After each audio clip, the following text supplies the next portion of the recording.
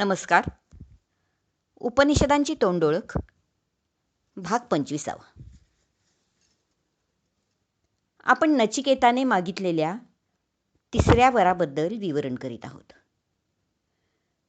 नचिकेता तिसऱ्या वराने जे मृत्यूविषयीचे ज्ञान मागत आहे ते सहजासहजी देण्यास यमराज तयार नाहीत.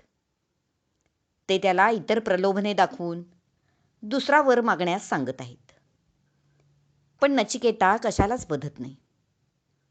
तो त्याबद्दल यमराजांना काय म्हणाला ते मंत्र आपण मागच्या भागात शेवटी पाहिले. आता त्या तिन्ही मंत्रांचा थोडक्यात अर्थ पाहूया. नचिकेता म्हणतो, हे यमराज, तुम्ही मला जे काही सुख बहाल करणार आहात ते टिकणारे नाही. ते भोग शरीराचे तेज हरण करणारेही आहेत. त्यामुळे ते मला नकोत. संपत्तीसुद्धा टिकणारी नसून मनुष्य त्यात कधीच तृप्त होत नाही. शिवाय तुमच्या कृपेने संपत्ती आम्हाला मिळेलच. आमचे जीवितही तुमच्याच हातात आहे. त्यामुळे मृत्यूविषयक ज्ञानाचा जो तिसरा वर मी मागितलाय तोच मला हवा, बाकी काही नको. यदविषयक जे काही सांपराय ज्ञान आहे ते आपण मला द्यावे हेच मी मागत आहे. याहून वेगळे नचिकेता काहीही मागत नाही. इथे सांपराय असा एक आपण कधी न ऐकलेला शब्द आला आहे. त्याचा अर्थ भविष्यातले ज्ञान किंवा परलोकाबद्दलचे ज्ञान. इथे भविष्यातले ज्ञान म्हणजे ज्योतिष नव्हे. जे आपल्याला माहीत नाही, जे अज्ञात आहे तद्विषयीचे ज्ञान. म्हणजे अर्थातच मृत्यूनंतर काय होते त्याविषयीचे ज्ञान. ते ज्ञान मरणानंतरच ज्याचे त्याला होणार. आपल्याकडे म्हणच आहे की आपण मेल्याशिवाय स्वर्ग दिसत नाही. म्हणजे जिवंतपणी ते ज्ञान होणे अशक्यच आहे. पण नचिकेता मात्र यमराजांच्या दरबारी गेलाय तरीही तो मृत्यू पावलेला नाही. त्यामुळे जिवंतपणीच तो ते पराज्ञान यमराजांच्याकडे मागत आहे.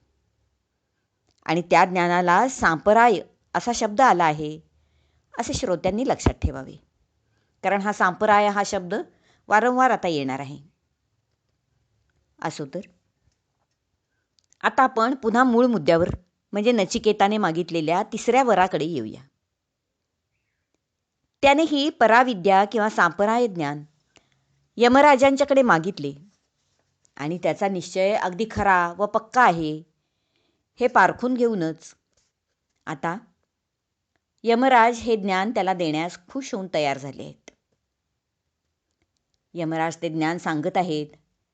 ते अत्यंत महत्त्वाचे मंत्र किंवा श्लोक आता आपण पाहूया. श्रोत्यांनी सावधतेने ते ऐकावे. ते म्हणाले, अन्यत् श्रेयोन्य दुतैव प्रेयः ते उभे नानार्थे पुरुषंसि नीतः तयोः श्रेयः आददान्यस्य साधु भवति हीयतेऽर्थाद्य उप्रेयो वृणीते. श्रेयस निराळे आणि प्रेयस निराळे. अर्थ पाहूया आता. श्रेयस निराळे आणि प्रेयस निराळे यमराज म्हणाले. पण हे दोन्हीही मनुष्यास वेगवेगळ्या अर्थाने जाळ्यात ओढतात. त्यापैकी श्रेयस स्वीकारणाऱ्याचे भले होते, कल्याण होते, तर प्रेयस जवळ करणाऱ्याचे नुकसान होते. श्रेयस म्हणजे हितकर, अंतिमतः हितकर, म्हणजे आपला अंतकाळ उत्तम रीतीने साधून देणारे. तुकाराम महाराज म्हणतातच ना, याचीसाठी केला होता अट्टाहास, शेवटला दिस गोड व्हावा. तसे आता श्रेयस्कर हा शब्द श्रेयसपासूनच आला आहे. श्रेयस्कर म्हणजे हितकारक. ते आवडीचे असेलच असे नाही, पण तरीही म्हणजे आवडीचे नसतानाही जो श्रेयसकडे वळतो त्याचे कल्याण होते. आणि याच्या उलट प्रेयस. प्रेयस म्हणजे आवडीचे काम. जे प्रिय वाटते ते प्रेयस, पण ते हितकर असेलच असे नाही. आता पुढे ते म्हणाले, श्रेयश्च प्रेयश्च मनुष्यमेतः तौ संपरित्य विविनक्ति धीरः श्रेयो हि धीरोभि प्रेयसो वृणीते प्रेयो मंदो योगक्षेमात वृणीते.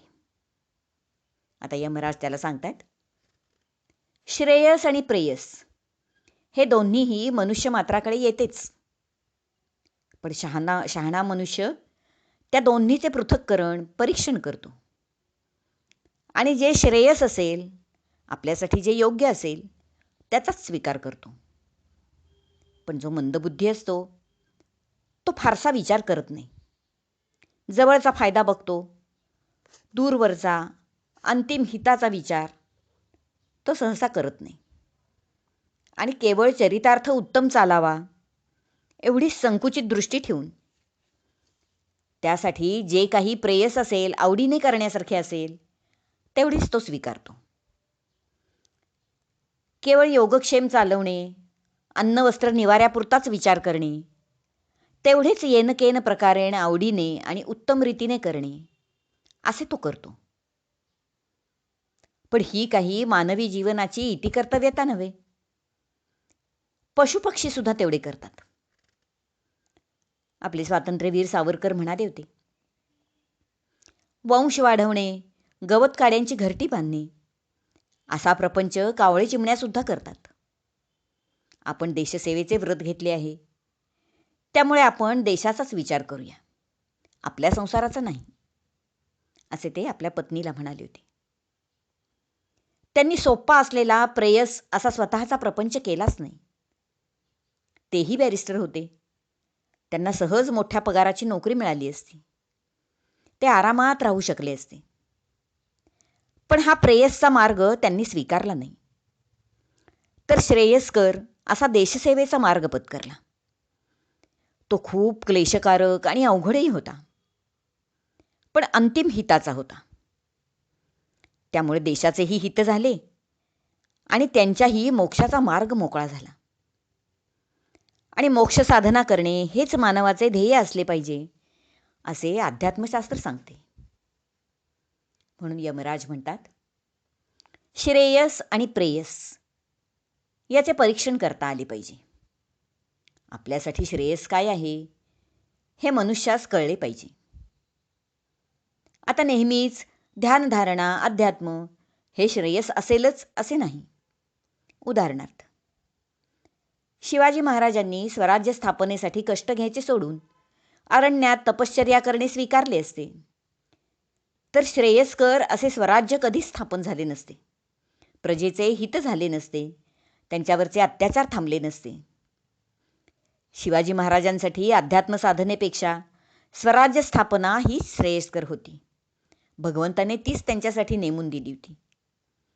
ते महान कार्य करून त्यांनी मोक्षही साधलाच.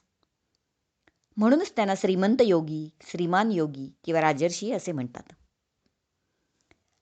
मात्र नचिकेता हे गूढ ज्ञान ग्रहण करण्यास अगदी योग्य आहे हे यमराजांनी परीक्षेअंती जाणले होते. म्हणूनच आता ते नचिकेताला ज्ञान देत आहेत. आता पुढचा ज्ञानमंत्र पाहूया पुढच्या भागात.